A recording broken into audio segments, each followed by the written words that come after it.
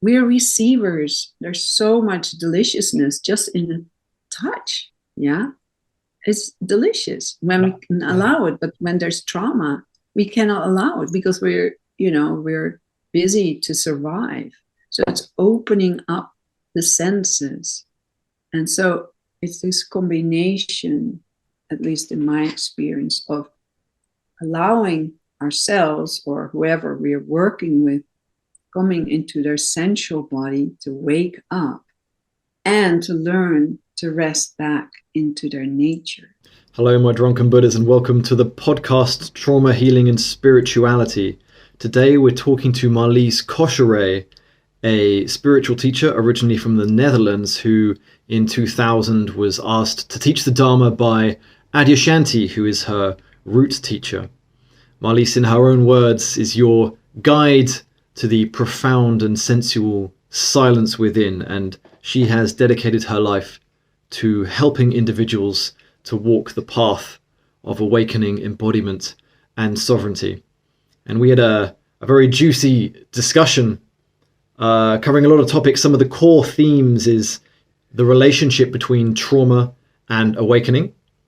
And we go into what awakening is in her eyes, as well as trauma. And not just working through sort of the painful aspects of trauma, although that's part of it, but also learning to really come into the body, the sensuality of the body, its capacity for pleasure, for sensory nourishment. So they're sort of coming into the body on the one hand, as well as learning to surrender back into our true nature on the other.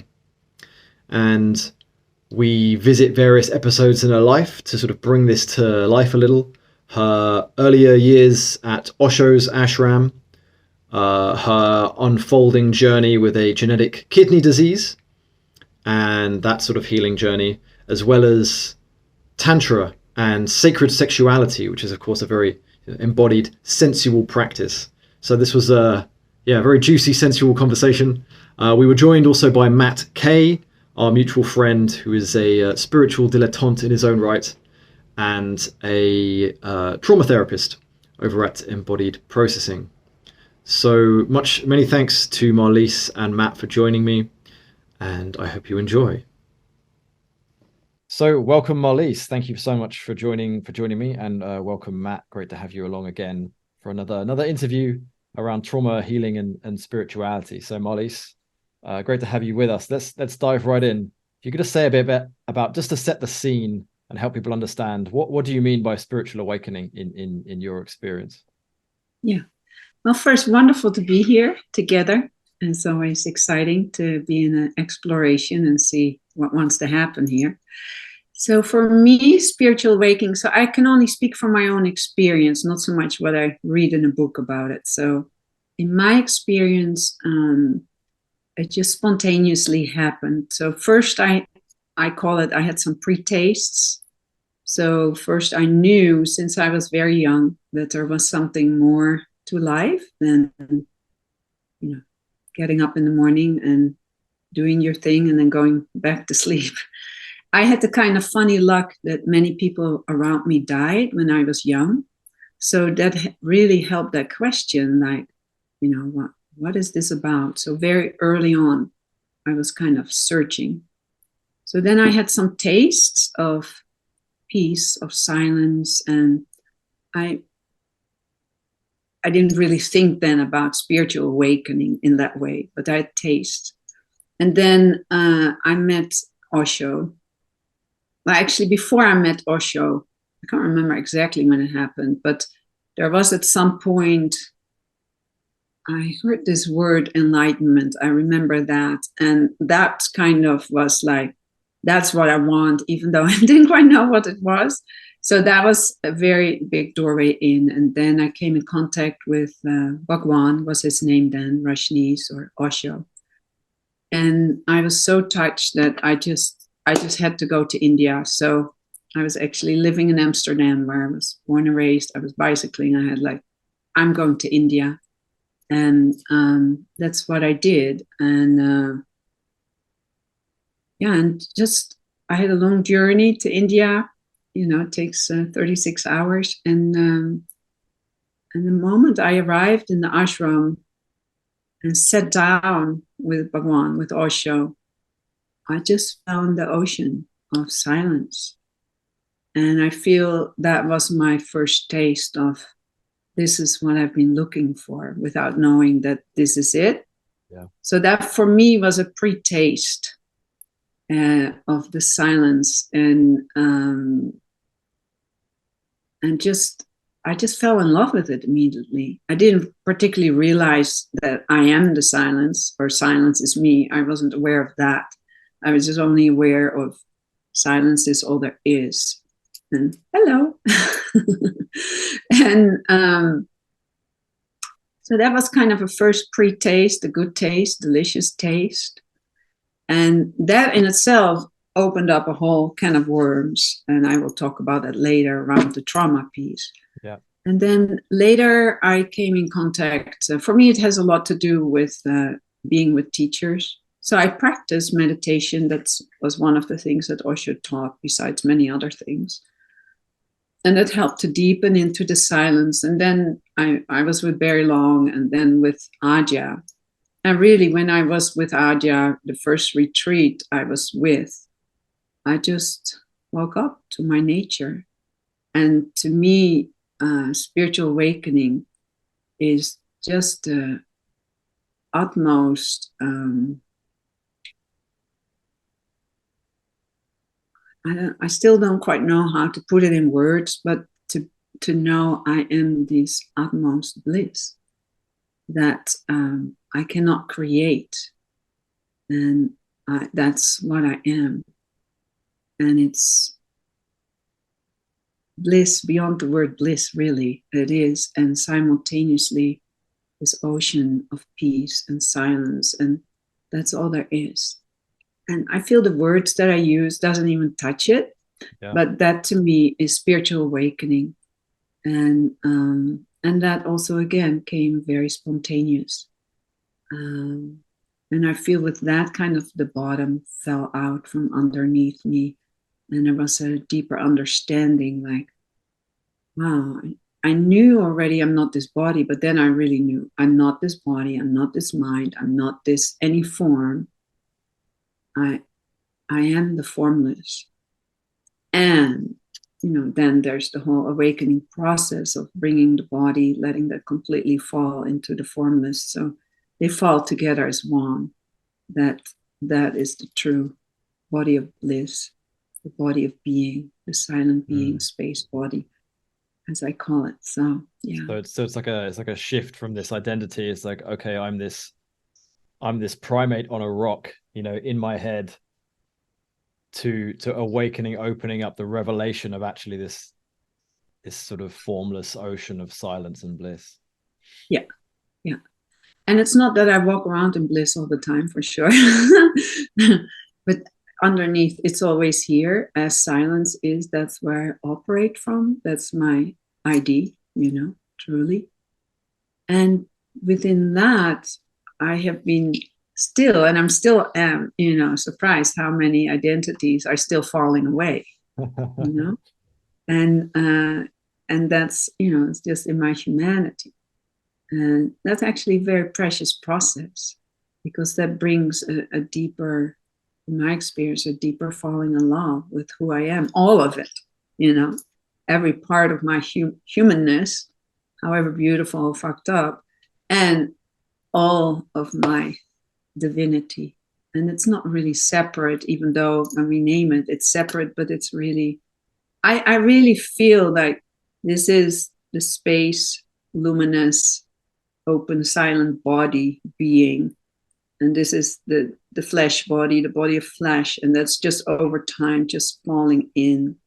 It's all coming in me and here till this body is so filled with silence, or the body let itself be so filled with silence, and then becomes luminous. And that's part of the bringing together trauma and awakening, to free up, be emptied of anything that we are not, psychologically, emotionally, mentally, etc., so that we are so emptied, so we can fall into this wondrous emptiness and are that realized. Yeah, beautifully put. And so, yeah, we could probably then go from that into what's your view? And I'd love to talk more, and we will, about that process of filling the body, the being, with silence. But before, probably help to just clarify, what do you understand by trauma from a spiritual perspective? Perhaps, you know, at the beginning of the path, you just talked about more towards further down the path, but like at the beginning of the path, it seems to be what is a big factor in sort of obscuring this silence from people, the fact that we're so contracted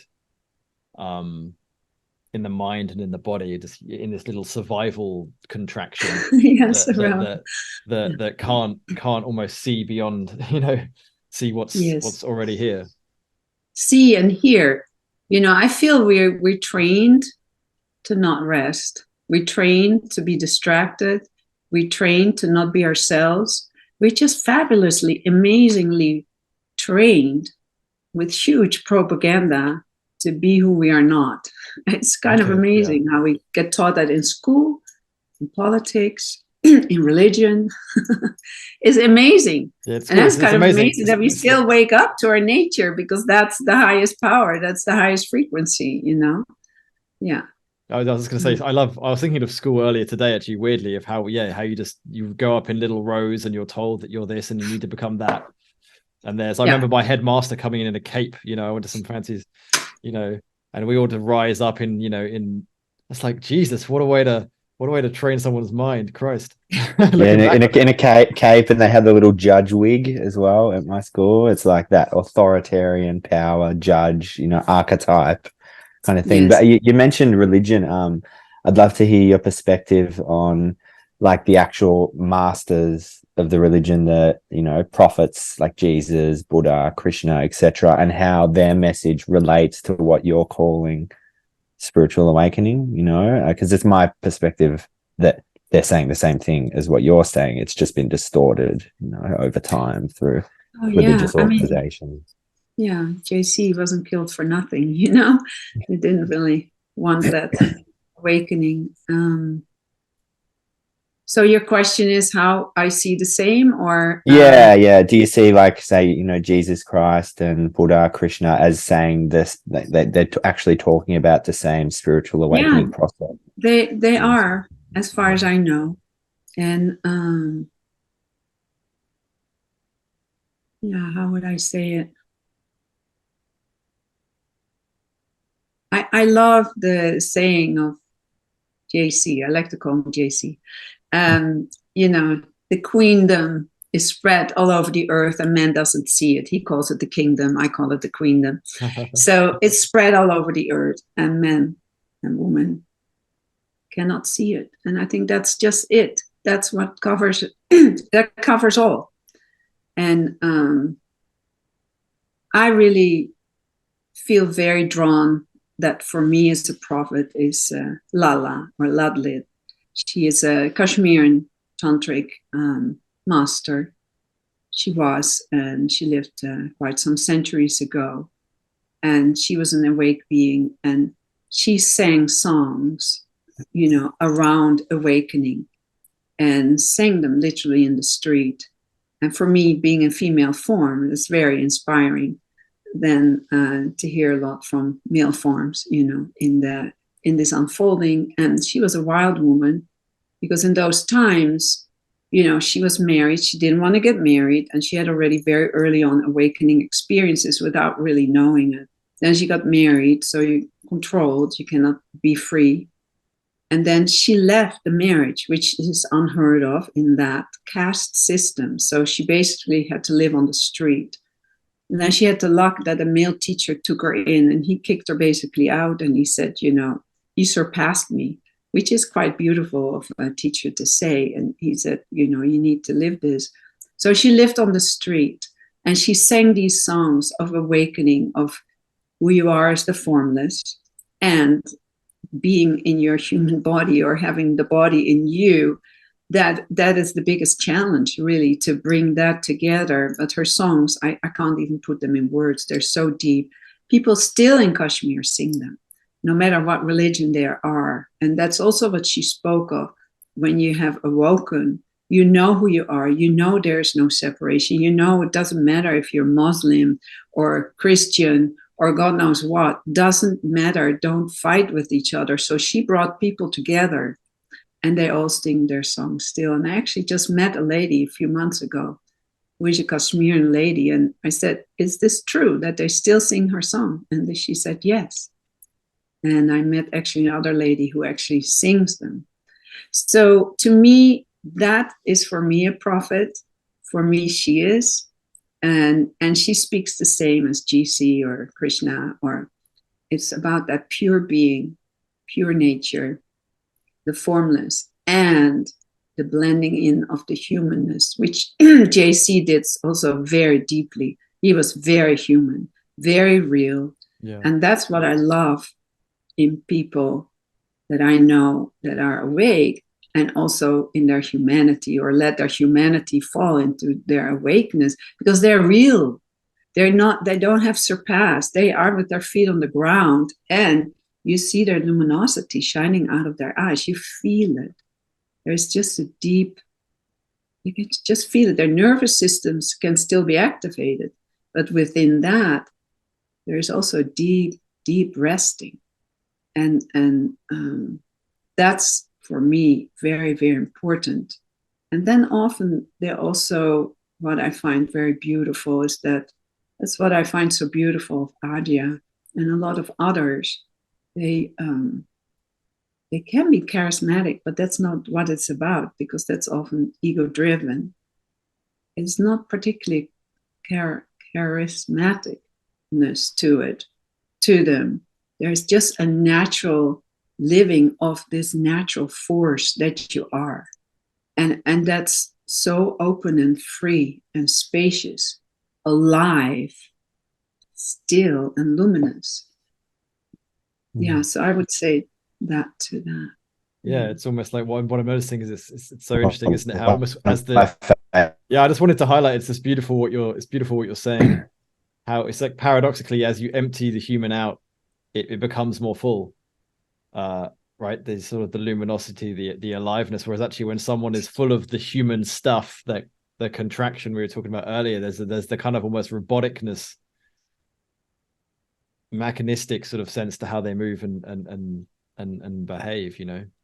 Yeah, and also you and I know for me, to come free enough to really express myself, that was part of my traumas, because that was squashed. So that's for me had to come out, that I can feel like, oh yeah, now it's free flowing, and that's in my humanity what needed to come free. Yeah, well, I'd love to keep going on that, because you were just about to sort of go into trauma a little bit more, and then we started laughing at our schools. And you were talking about how how conditioned we are to sort of learn who we're not. I'd love to, if we can continue down that path. That sounded super interesting. Yeah. I just am reminded there's this scientist, I forgot his name, but he talked about a headset, that we're all walking around with a headset. And that headset is constantly, it's that yakking around, telling us who you are, what to do, where to go, etc., etc. And that it's up to us to take off this headset, who are you? Without this headset, the same kind of idea of glasses, but I like this headset thing very much. And who are we without that headset? Who are we without these thoughts and feelings, sensations, ideas? Who are we? What's left when we peel this onion?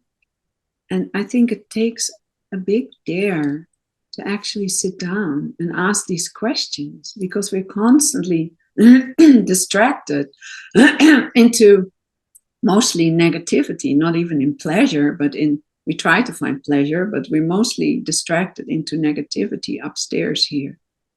So it really takes like daring to be still and find out who am I first, and staying with that, and daring to sit in that, or daring to meditate and sit with oneself. Because when we sit with oneself, everybody hopes the rest as silence, but what we find is what's not free. And that what's not free longs to be free. Everything wants to come home. Every thought wants to come home to itself, which is emptiness. Every feeling wants to come home to itself, which is emptiness. Is that pure, wondrous emptiness. So to me, that's a very natural process. So in a way, everybody is searching for happiness. We all are. Yeah. Not knowing that we're really searching for who am I, so that we can fall into that freedom. So I would say that that's a very natural process. So you can first awaken to your nature, and then through that realize, like, God, gee, there's so much trauma that I've been living in a trauma bubble. I've been frozen most of my life, and I didn't even know I was frozen, because of frozenness can also give a certain relaxedness. Yeah. The frozenness can also give in meditation an idea that you're meditating, having fantastic meditation, but you're just frozen. Yeah. Yeah. Does that make sense? Yeah, I experienced that a lot. I tried doing Vipassana retreats. I was a sort of an alcoholic and I was quite numb body when I came out of it, and went quite quickly into Vipassana retreats. I remember it was excruciating. It was horrible because I was sitting there with a frozen body trying to meditate, and it probably just did more damage than good. So it'd be interesting to, what's the relationship between, like, some people say, okay, you got to wake up first, then you got to heal your trauma. In my case, I had to sort of get back in touch with my body first and start to really get some of the emotions going again, and connecting in that way, starting to empty out the bucket a little bit before the inquiries and the pointing started to click. And there's also this other point. I'm going to throw three things at you here. The other point of, like, these teachings often, they say just meditate, just keep meditating. And actually, a lot of people need something different. They need more trauma-informed approaches. Yeah. What's your take? Yeah. Well, there are different ways. So within Tibetan Buddhism, they do a lot of practices, so that you actually come in the body and face different conditioning before you get the so-called pointing out instructions of awakening, so that there's less stuff. And that, at least that's the idea. Not that it's always true, but so that can happen, that first you so-called work a lot and look a lot at the trauma, because you realize there is a lot of trauma in my body, in my mind, that I need to look at. And then awakening can happen, and that can even open it up more. And then many things can happen, but let's say two big things can happen, that because an awakening happens, a lot of trauma can kind of fall away, poof, instantly. Yeah. And also the other side of that is that trauma can be more activated, because it's like you cannot not see it. Yeah. It's so felt and experienced.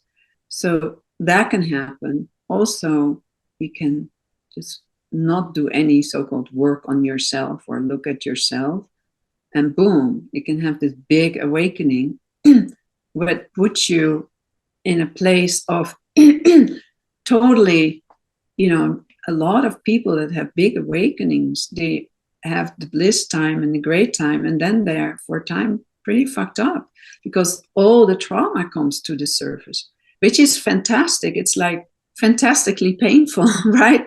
But if you don't know how to work with it, then you try constantly to bypass it because it's so painful. Yeah. I know people that woke up out of the blue and got no self anymore, nothing anymore. And they came to me, and they had trauma from here to Tokyo, and they weren't even willing to look at it because, it's no self, it doesn't matter. But they were traumatized. They were not willing to feel it and face it. It was fascinating for me because I'm built so differently, I'm built to face it. And, but it really, no matter what form it is, from awakening, coming in contact with trauma, or trauma, first working with that, and then coming in contact with awakening, what it takes is willingness. It really takes willingness. Do you really want to be free? How free do you really want to be? And because it's a form of life, really, living in a body, male or female body. I mean, it's trauma. The moment we're born is trauma. I don't think it's fun always to be born. You go through the birth canal, and unless right then you're really completely welcomed, then the nervous system immediately regulates, co-regulates, and comes to a wholeness. But for most of us, that doesn't happen. And then, from early on, then we don't learn to regulate. We learn to survive and create all kind of mechanisms. So it takes utmost willingness to really experience our experience and to really notice, like, oh wow, I'm actually numb. Like, wow, I'm actually really numb. That was my thing. I was pretty numb. For me, the numbness really mostly happened when I was raped, when I was 14 or something. Yeah, I think I was 14. I was before that also, a lot had happened in my upbringing that was not very, very wonderful. But especially that rape, that was such a shock. I became frozen. And I didn't tell anybody what had happened for years, not even to my best friend. Yeah, because I was so frozen and shamed and, you name it. So, and I did go in therapy, but that didn't help because it was talk therapy and the guy had no clue what was going on. And I didn't have the capacity to speak about it. Yeah.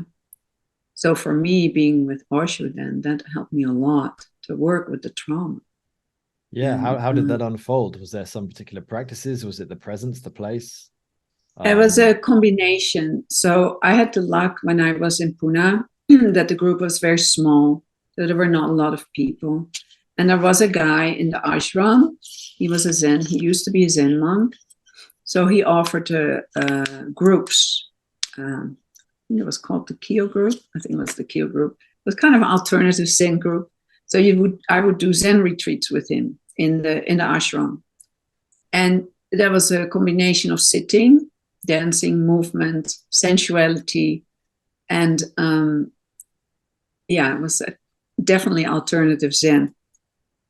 This man was so loving. So first I was with Bhagwan, my guru, that I was totally devoted to, where I had woken up to my nature, not realizing it, but had that foretaste, as I spoke of. And I'm being with him. He was just, I just basically bawled my eyes out for 3-4 weeks in a row. And it was in his groups because he was so loving. And I never, for the first time, I felt not judged, by my feeling, the sensation. And one of the things of trauma, well, I think it's important just to even, what is trauma, right? Everybody talks about trauma. What does it really mean? In my world, it means too fast, too soon, not with my consent. And what that creates is something that Peter Levine says is like, he cannot be here now. Yeah. So I couldn't be here now. And the things that had happened was too fast, too soon, not with my consent. So having somebody there that was a very deeply loving human, a male, who completely, I felt 100,000% accepted. So even before I would fall apart, he would always come to me and just have his hands just around me, very gently, very simple. And the women in the ashram were called Ma. So he would say, it's okay, Ma, and, burst again. But I felt so held. Mm-hmm. So that was a freedom of just pent up grief, pain, everything. And he was just there. I was just days I couldn't even walk. I was just literally fall apart on the floor. It sounds very dramatic, but that's what happened. And I was held. There was really love and presence, and his body was a co-regulator. He was still, he was present, he was kind, there was no judgment, and he stayed with me, till just good flow. And so that was just one of the ways the trauma in my body released itself, which was longing to happen forever. But, I was called so many names, so there was not that freedom.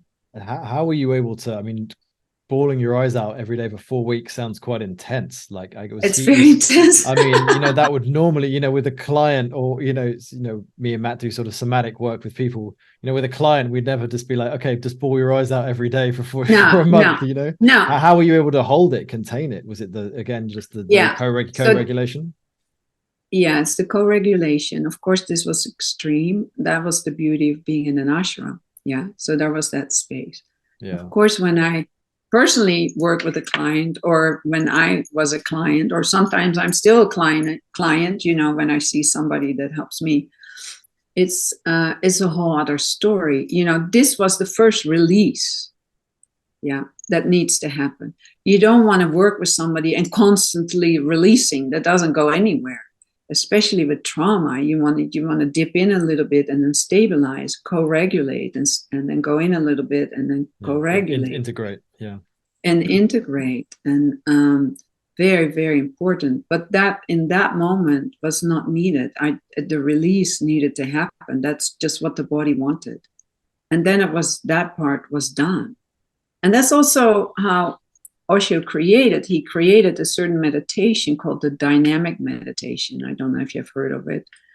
And he would speak about that. He created that for Westerners, even though everybody of the whole world joined, to release and then go and sit in silence. Yeah, to let it integrate. But that's not what I would recommend for everybody.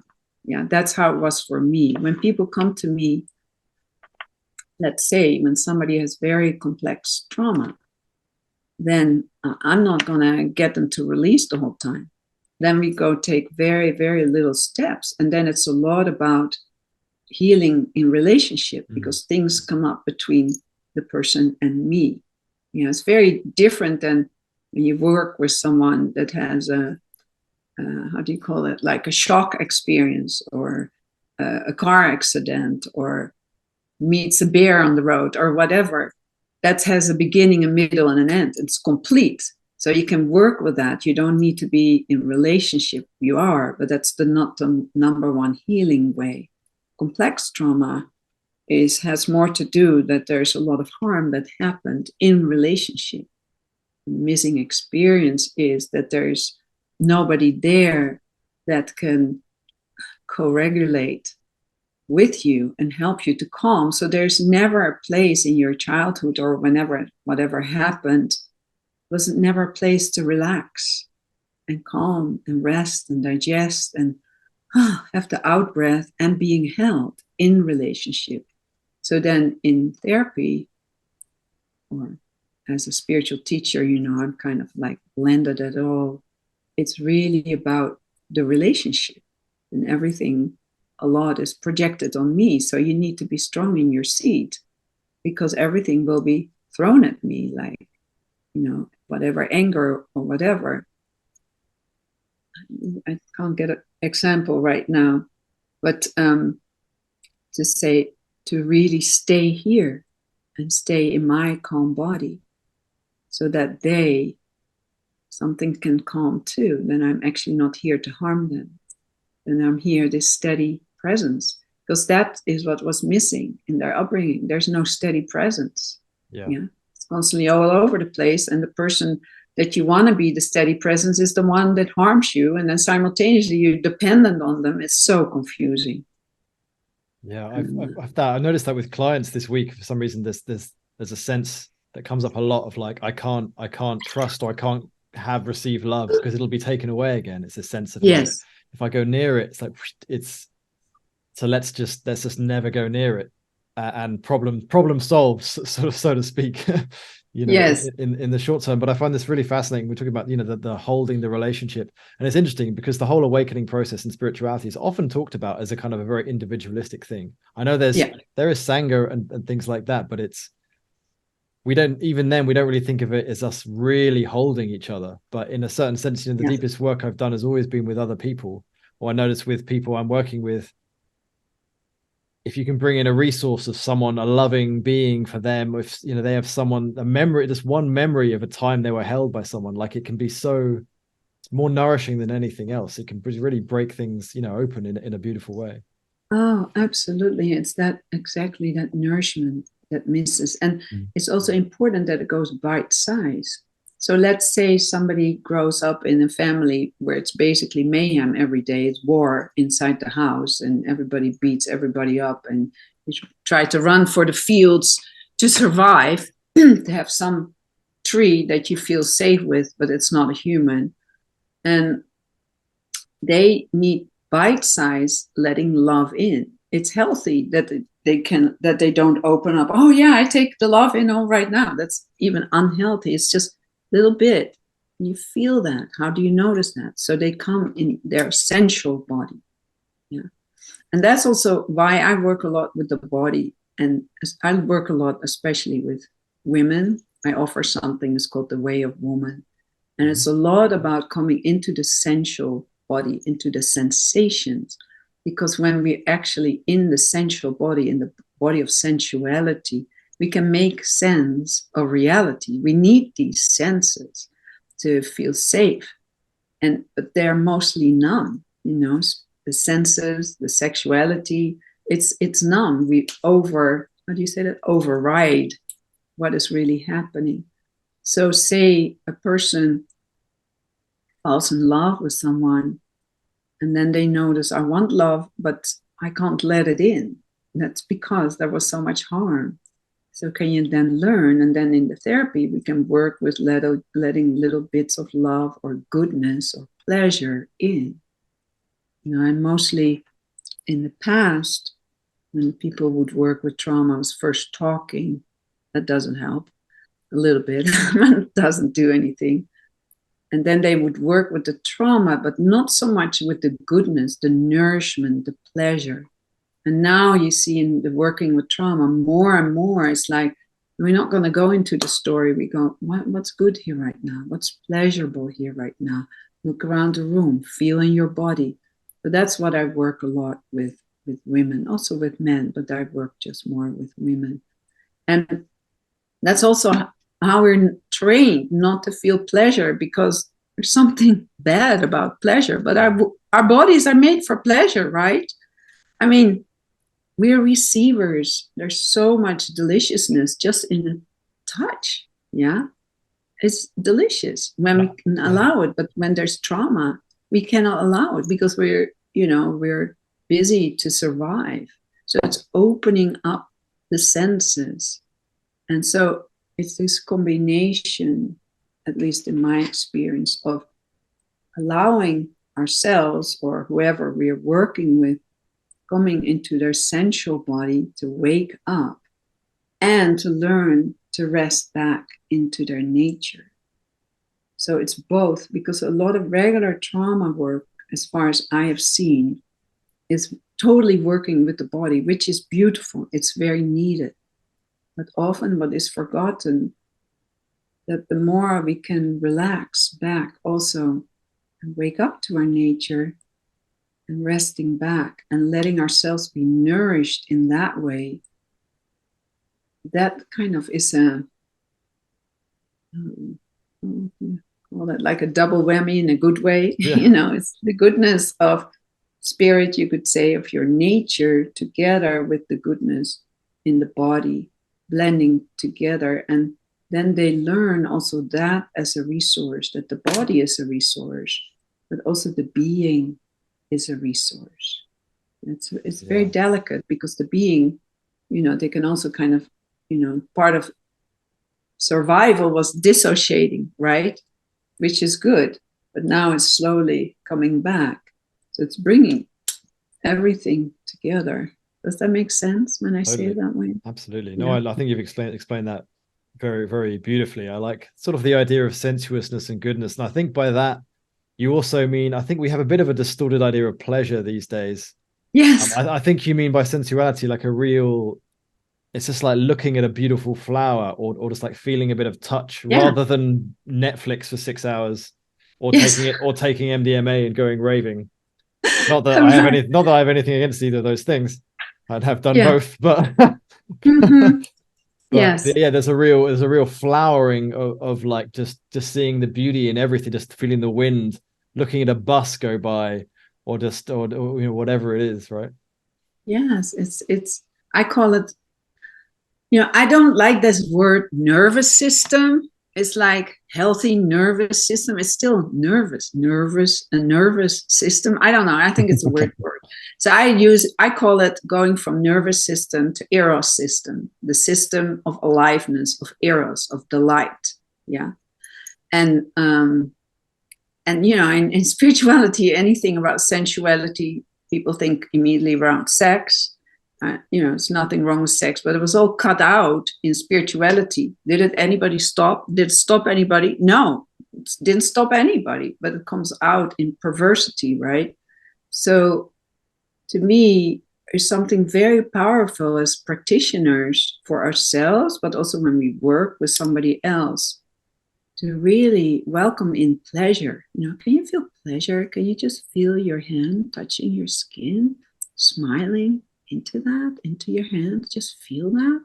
Feel the deliciousness and see what happens in your body, because in sexuality, it's so overridden, the sensuality, because it's so often so goal oriented. We need to go to this orgasm. I have nothing against orgasm, but it's kind of like you go to this 10-second, 5-second orgasm, poof, it's over. Well, this is boring to me.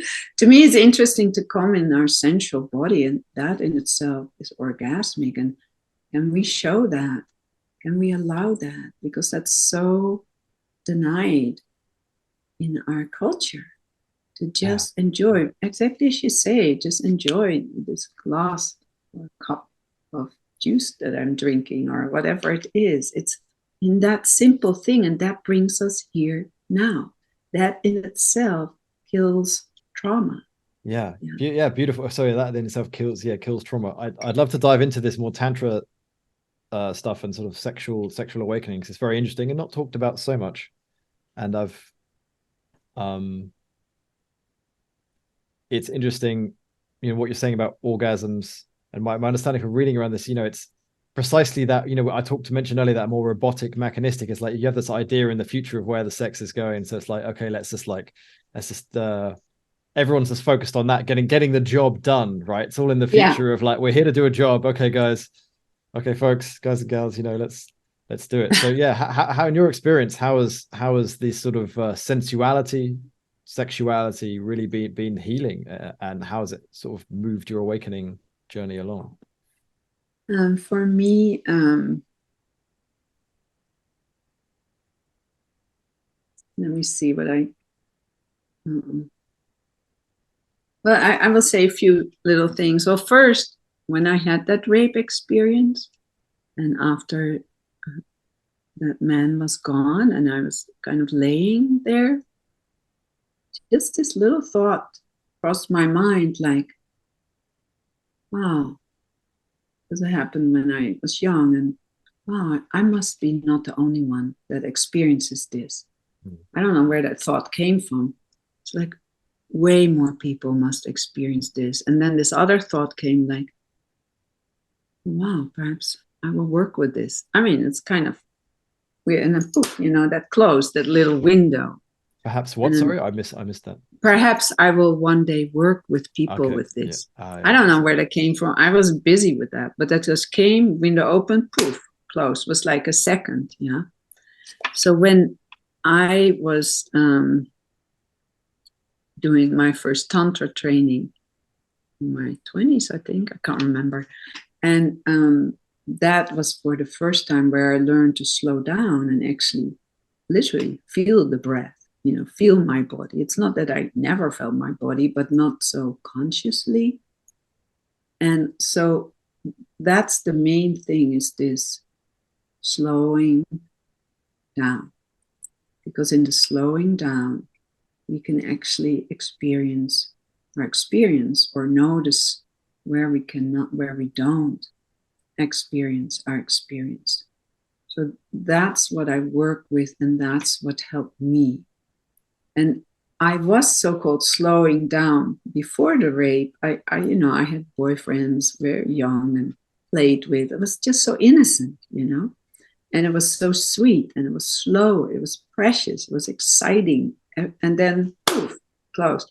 So in this same kind of slow way, it opened for me just to learn, just to kind of touch myself very slowly and feel it. And also knowing that no matter what I've experienced, I'm not broken. And I think we all need to know that. Nobody is broken. We're not broken. Yes, we can have tons of trauma, But you're not broken. I'm not broken. Nobody is broken. And that's a very deep thing to realize, because in our culture, we're trained that we're broken, you know, and we need a pill, and that you cannot heal. We all can heal. What it looks like healing, that's for us all different. So to me, it's a forever unfolding. So I feel I'm still deepening in sensuality. I'm still deepening in sexuality. So to me, just staying with the breath, to really feel like, and feel that when you just stay with that for an hour, that can be so orgasmic, just that. Or just sit with a tree and look at the leaves, and your whole body can be opening up. So it's this slowing down, taste, little taste. And then kind of look around, and then again, go in your body and taste, little taste. So it's little bits, bite size. And I notice with the women I'm working with, we slow down, go in little tastes, and I really speak it also, because when we speak out loud, you claim your experience. There's something around this connection between your throat, your heart, and your genitals. You know, I call it my personal highway or freeway. When that opens up, there's a deep connection for men and women. Yeah? So it's going into that silence when you can, and when you cannot, just naming what your experience is. I feel the warmth of my hand touching my other hand. Simple. Yeah. It sounds like nothing happens. But when I do an exercise with people, it's just touching your own hand, your own arm. What do you notice? And then have somebody else touch you in that same very slow motion way. It has no goal. We're not going anywhere. There's nothing to achieve. Just experiencing your experience, the weight of your hand, squeezing, just that can open up somebody so much, you know. And when we have the willingness to slow down and feel those little bits, the body just comes so happy that finally something goes slow, and then it can digest it. Because trauma, we were not able to digest it because it goes too fast, too soon, not at our terms. So, and that's with sensuality, that's with sexuality, the sexual act. You know, I know for females goes way too fast. Biologically, females are differently built than males. Males are not bad because they go faster. No, their biology is very different. A female, before she opens up, it takes half an hour at least. A male tends to be, I'm ready. You know, it's a whole other biology. And then the females, they let themselves be overruled because they think there's something wrong with them. There's nothing wrong with them. It's just differently built. You know, and then you can more and more learn to blend together. So it's just a lot of ignorance that brings us in so much unhappiness. Yeah. And we can all wake up to that when we have that ground of silence, and then bringing the body in and receive the sensual body. I love what you're saying, and yeah, slowing down. I mean, it's a hard thing to do these days. The word empowerment is coming to me as sort of part of this whole process, you know, but perhaps particularly for women. Yeah. Can you hear me okay? Just checking quickly. Yeah, I can hear you. I just saw a message, so I thought I read. Yeah, I sent a message. I've got checkout in about 15, 20 minutes. So I'll just sneak off at some point and you guys keep going. Okay. Otherwise, I'll start getting a knock on the door from the hotel people. Okay. Do you want to say something before you need to go, or? I'll chime in soon, yeah. Okay. I don't know, Ben, how do you want to do it? Should I just disappear so then you can kind of edit it out, or? Yeah, I think that's fine if you just disappear. Cool. Okay.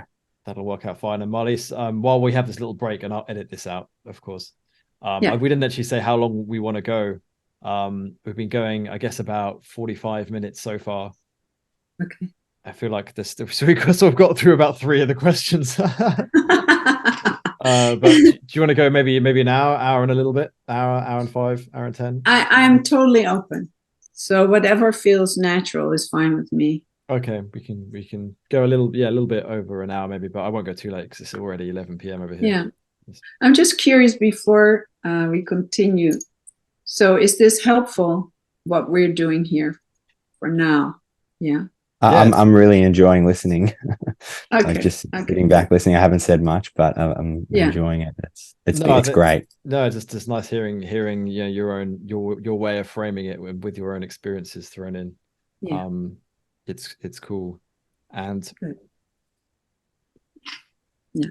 I'm enjoying it too, but I just want to double check. It's spot on, you know, like you're enjoying it too. Spot on exactly kind of what we talk about. Cool. So I was going to ask something about empowerment maybe, or I mean they're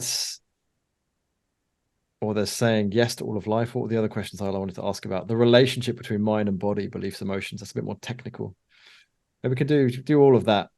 Forget the questions. What's alive in you right now, Ben? That's a good slow down. Slow down. Slow down. What are you curious about? Truly. See, I want to get it right. I want to do the podcast right. It's funny. Little what's alive in me? Yeah, no, that was exactly what I wanted to ask a second ago. So let's just go with that. Just talking about. So I'll just wait a second of silence to give myself a moment to edit it out. So what came to me then from what you were talking about was empowerment, because a lot of, again, spirituality can often be just about the silence or just about, you know, sitting in your cave and meditating. But it feels to me more and more like, and this is what I like in Tantra, is like that aliveness, that expression, that like claiming of oneself and one's place in the world, not in an egoic dominant way, but just as a natural aspect of being itself that just wants to express and be and have sex and write music and touch its own hand and whatever else it might be. So I'd love to hear your thoughts on empowerment, and maybe particularly from that the feminine masculine perspective, because spirituality has been so dominated by the masculine. Yes. Well, I call it going from enlightenment to enlivenment. So to me, enlightenment is, let's call it just resting, deeply, deeply, deeply resting. To me, it's first a resting into the silence of my being, this silent being, radiance. You know, first it's just that it, in my experience, is the silence. And then the more and more I'm completely resting and nourished as silence, and knowing that silence is all there is, I feel then out of that deep, dark place, you could say, radiance starts coming upon us. So then the deep darkness becomes radiant, and then it wants to come alive, you know, it wants to be lived, because if what is in the deepest cauldron of our hearts, if that's not lived, we shrivel, we die, you know. So that has to come to life, and we have to come out of our caves, which can sometimes be scary, you know. But I feel when I'm resting deeply, and I think I'm most of the time really rested, then it's easier to receive what wants to happen as the Marliesness of the universe, what truly wants to be lived here. That's purely this stream here. And to me, that's going from enlightenment to enlivenment, because that's bringing it to life, bringing that vibrancy that's here, bringing that forward in our world. And that's for everyone different. You know, one person wants to build the most amazing garden. Another woman would perhaps have many babies, or like me, I want to bring it in my work. You know, what we create, or we create an incredible song, you know, it doesn't matter. It's just our stream, our inner knowing how that wants to be lived. Nobody can do that for us. So to me, again, that takes slowing down, so that really we're staying home, and then any trauma that's in the way can be met. And then you come in your true power. That's pure. That's just pure. And that power can be anger, yeah, but it's pure. Yeah, cuts through things. It's pure. It doesn't leave any traces. Mm. It can be love. It can be sex. It can be anything. It doesn't matter. But it's pure, the expression of you that wants to be lived as you. So that's what I feel. You could say that's what the feminine brings in, is that aliveness. And the masculine brings in that space, that steady presence. And when they get married, you get the pure intimacy of being, sensuality and silence. Then you're really cooking. Yeah, the sensuality and the silence. I like that. Yeah, that's what I call my work, is the marriage of sensuality and silence. Even the words are sensual, and some, sensuality and silence. Yeah. The four sibilants echoing beautifully. Mm-hmm. Kind of like the space and the embodiment of that, like the feminine masculine coming together. Flowers, a unique, authentic expression of you, versus like being fragmented and split into two parts. It's kind of like just the process of coming to wholeness, where all the ways we've kind of split our experience into different fragments and different parts, and kind of disowned, orphaned, cut off, abandoned different areas of ourselves. It's like a unification of experience until experience is one. And then out of that is a flowering of a kind of unique authenticity, like a fingerprint. We all have our own unique fingerprints. Just like the universe flowers uniquely into all these people, we're all essentially one, but like every flower blossoms differently. And so that kind of reconciliation of these two dimensions, the unification of them, kind of blooms the universe into an individual. Yes. Yeah. Thriving, blossoming. Yes. I have a sort of a slightly more far out question of something that just strikes me, that there's this individual, so to speak, process of the disconnected parts of us. So we repress our anger, and there's our pain, and we sort of bring it back together, as Matt so beautifully just put it, the flowering of the individual.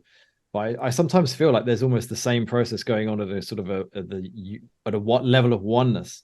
So it's almost like as consciousness, as silence, it's like we've split off parts of us. Like when we judge Donald Trump, it's like he's almost like a dissociated portion of consciousness that we have kind of rejected, or different organizations or whatever else. Like I don't know if this would be a question for either of you, really. If you have any thoughts on that, how that process mirrors it at a sort of a larger, more collective level. Yeah, we project, and we project what's not free in us. So a lot of people projected on him, their father that was harmful and a psychopath. And so I think it's really an incredible opportunity to see, what am I projecting out there? What am I not owning? What part in me do I disown? And that's part of bringing all those parts home, with both of you named in your own way. So to me, anything that happens in our lives in relationship is an opportunity to bring the disowned parts home. And that's part also working with trauma. And then just be steady here. I'm not saying don't have opinions. I'm saying, be aware how the opinions get created, where they come from. Is it from the headset on your head? It's the propaganda. Or do you have your headset off and it's really come from within, from your own research within, your own internet, so to speak? Or is it all just, we're inundated, we're so numbed out that our frontal lobe goes to sleep and we just get bombarded, and then we just do what somebody tells us to do? That's a very deeply fascinating subject to me, because to me we're so traumatized also just by the world, by the inundation of information. We don't even know anymore what's true or not. I mean, I have my own ideas what I think is true, but that's just me, little Marlies here sitting on the chair. So I think it's very, very important to notice that we can be awake to our nature. Doesn't mean we are awake to politics, we're awake to religion, we're awake to education, we're awake to any other realm. Just being awake to our nature means I know who I am. And that's what we need to be aware of. And then fully daring to live that in our humanity. And that's messy, to realize like, gosh, I'm actually more fucked up than I thought I am. Do I dare to face that? Do I dare to feel that? That's tender. That's hanging your dirty wash outside. We all want to show our good face. I do. Yeah. But so it's so tender to wake up to our nature, but then to face our traumas. It's so deeply tender and vulnerable. And I just kind of, the last thing I want to say here, for me, working as a so-called spiritual teacher, being asked to teach my Adya and being part of a lineage, I'm still in awe every day to be part of a lineage because they support me every day. And then when people come to me, if it's a student or client, I feel they lay their heart in my hands, their bare heart. It's so tender. And can we hold that tenderness of somebody that comes? I feel Adya held my heart so tenderly, so lovingly. No matter what insanity came up, he just held it, And that's what I hope to do for anybody that's with me. Can I hold that tender heart? Because it's so tender to wake up, so tender to realize our immense beauty and, let's say, pleasure, but also to realize our intense suffering and pain and just not knowing. It's a very deeply tender business. And it's so important to be steady and still inside and truly know that you have your heart in the right place. Yeah, well, I can feel the tenderness coming across in your energy, in your words. Yeah. And the softness, the gentleness of that. Like you say, it's the gentle, as you offer these people little bits of love, right? Just the right amount. Yeah. Instead of judging. Yeah, and we all have that in us. Yeah. And we know when somebody holds us that way. Yeah. Then something can open up. I remember I had an experience once. It was in a session where there was this part of me that came out. It's just very, very deep, just going, please hold me, please hold me, please, please, please. Just so desperately wanting to be held. And I was and had this image of everyone who'd ever helped me on sort of the path coming up, like friends and teachers and all that kind. There's this ring just around me, and it's just like, just absolutely broke me in a good way, just feeling that holding. And that's just in my own mind. It was it was very profound. And it's just, it was just it was so humbling to get in touch with that part of myself that just so desperately wanted to be held. Yes. Yeah. And then it when that's real, that holding is real. It. Yeah. Pierces through everything. Yeah, and that's almost, I was going to say the benefit of awakening. It makes it sound a little trite. But the sort of the beauty or the joy of it is of the silence, in my experience, is precisely this. It's ultimately the only thing that you can really trust and sort of rely on in that kind of way to hold you. It feels like trust is like a big part of this process as well. It's like you used to put your trust in the survival mechanisms, right? It's just like, okay, if I trust that if I hide and if I stay small and if I'm hyper vigilant, I'll be okay. And you slowly realize that doesn't quite work, and you have to slowly trust the opening and the vulnerability, but that leads to something that's ultimately more reliable. More reliable, and then life can also take care of us. I want to give one example of this big surgery I had, or actually before that happened. I'll touch upon a whole other subject, but I had this kidney failure. And my nephrologist had told me, Marlies, you need to be on dialysis, otherwise you will be dead in 2 weeks, because it was gone so downhill. And I said, okay. And I didn't want to go on dialysis. So I told him, I said, well, I'm going to sit with it and let you know and what I'm going to do. And, he was used to me a little bit, that I wouldn't always immediately do what he tells me to do, that I just wanted to have my time.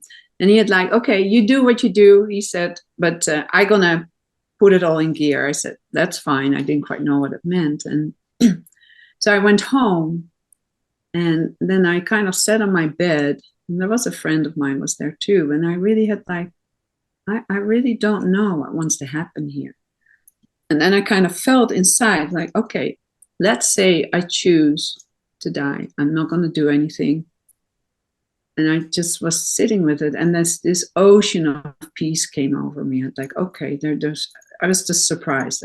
Didn't came anything up, just this ocean of peace. I said, okay. And I went to bed, went to sleep, and I didn't have an answer yet.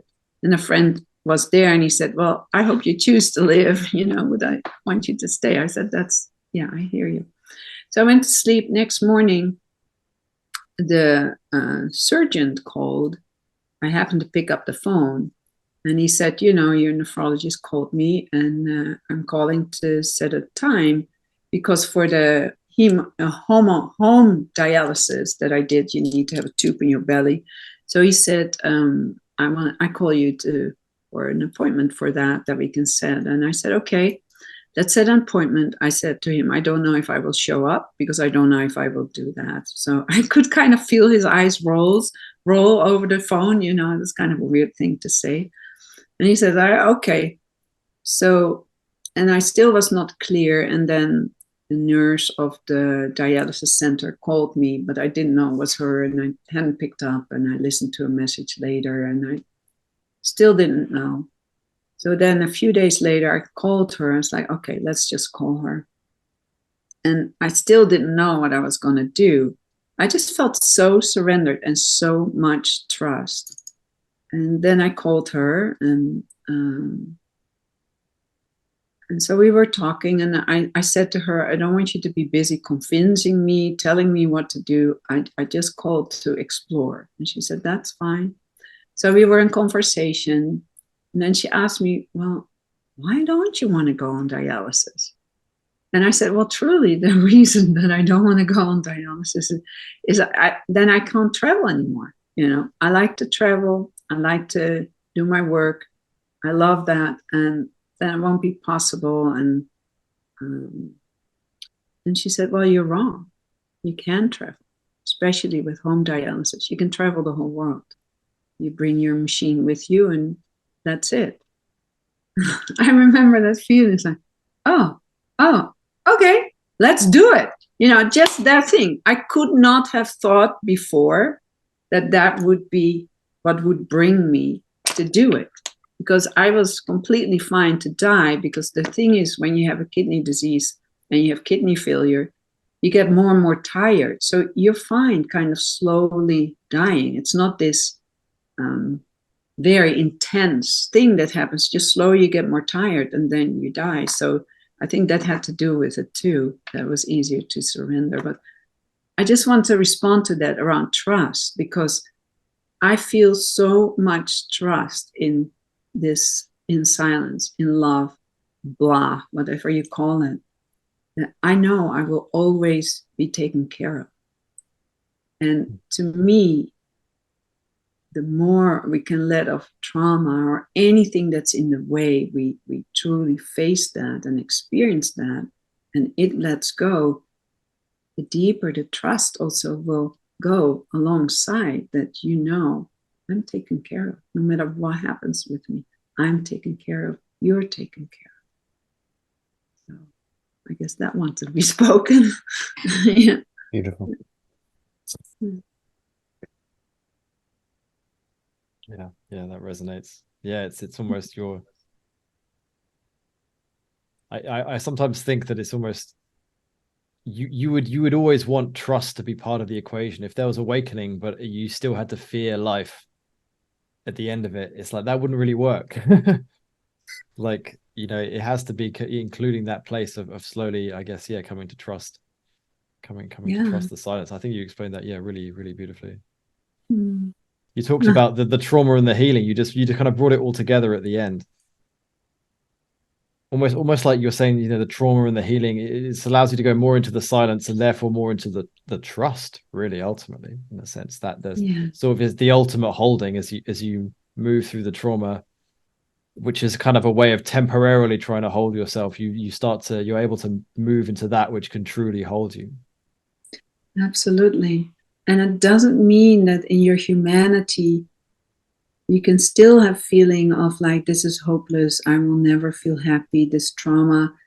Some people have very, very deep trauma, like, gosh, I give up, it's too much. It's intense. It's so painful. And it takes time. It's one step at a time to learn that, yes, you are taken care of. You're so loved. We're so loved. We have no clue how deeply we loved and cared for. No matter what you're going through, you are not alone, even though we can feel so lonely in those places. And yes, that will build trust. It has to. It cannot not happen. Yeah. What advice, or I sometimes hear from people, they've been trying to heal from trauma for they've tried this, they've tried that, and they still feel so stuck in this hopeless place. I don't know. Is there any words? I mean, advice is perhaps a little trite, but if there's any words or suggestions or just any message for those people in that kind of place. Yeah. Well, I would first say just to be very gentle with yourself, not to beat yourself up. Please don't beat yourself up. Because often we think there's something wrong with us. Like, wow, why is it still here? I want to say a few things. That is, first of all, I don't know if trauma ever will go away. It's more the way we relate to it, and that we learn to locate more and more in what is not trauma. Yeah. First, fully receive the trauma. Yeah, it's almost receiving our most tender baby. Yeah. And then to learn to like, well, there's more than that. To kind of see if we can broaden the menu, can expand a little bit, because when we're traumatized and in that hopelessness place, we just get kind of narrow, that feeling, there's nothing. And then kind of see if you can take a breath and just look around. What's good here? Just asking that question, very simple. Ask it yourself 500 times a day. The moment you go in that hopelessness place, that tender place, like, okay, yes, that's here. And what else is here? Yeah. What is good here right now? Actually, I can breathe. Actually, the sun shines. Actually, it rains. What is good here too? I think it's a very important question to ask ourselves, because we're trained to focus on what's not good. Yes. That's the survival brain. Yeah. And that's the trauma brain. And we need to bring in that pathway of eros, of aliveness. It's like, what is alive? What is good? What is actually good while there's the hopelessness? Yeah. So it's just the other side of the coin of pain and hopelessness is pleasure. When there's pleasure, we don't feel pain. When we feel pain, there's no pleasure. Yeah, beautiful. So just what's good here, stepping back. But I guess you mean in a slight, it has to be in a somewhat conscious way. So you're just being really conscious of the sun shining, of the pleasure of whatever it is you're doing. Exactly. So as an avenue to the present moment, I suppose, that just offers some hope. Because there's so much juice in the negativity. Sometimes it kind of feels kind of familiar or safe in a weird paradoxical way. Yeah, and that's how we bond. We bond through negativity many times. And then can we bond through really bonds of affection and goodness and beauty. Yeah. So I'm just very simple. if you're able to, and you feel that hopeless place, and there's one little part here that knows there's something else. What's good here right now? Yeah, but that's fine. What's good here right now? Yeah, but I need it. What's good here right now? You know, we want to stay in that pathway, or do you want to go somewhere else? And it's a practice. It's cultivation. It takes every moment, every day, to learn where we rest our attention. That's what grows. Yeah, it's so funny that you mentioned that. I had a session with someone this morning, so I was, you know, with a teacher and sort of talking, and he was, even despite having, you know, there's various awakening experiences and healed trauma and bits and pieces, I was still he was just talking about still how there's still a choice of just choosing love or choosing joy, choosing aliveness in each moment, that still needs to kind of happen or can happen to really, as a just because even there's still an emphasis, you know, even if you're doing trauma work and spirituality, there's still an emphasis on the negative. It's like, okay, I've got this trauma down here, and I've got this trauma over here, and you can get kind of like, or, you know, I'm still not quite awake in this area over here or whatever, and it's almost like you can apply that question you've got to any, wherever you're at, even if you're the most hopeless or you're a bit further along or really enlightened, you can still just, you know, just, okay, no, how can we, what's joyous and loving in this moment, or what's, you know. Exactly. I agree. We have the choice, but we're taught that we don't have a choice. That's the thing. Because we're all, in a way, still in this era that we're under the patriarchy. We all are under it, unless we don't. And there you learn there's no choice. You have to obey, you know. Yeah, so it's just like, so almost to sum up, then there's something like, yeah, the choosing of aliveness in each moment, you know, awakening to what's good, as well as respecting the trauma, obviously honoring all those different parts, but coming from this place of I really love that eros, aliveness, sensuality, movement. Mm-hmm. Yes.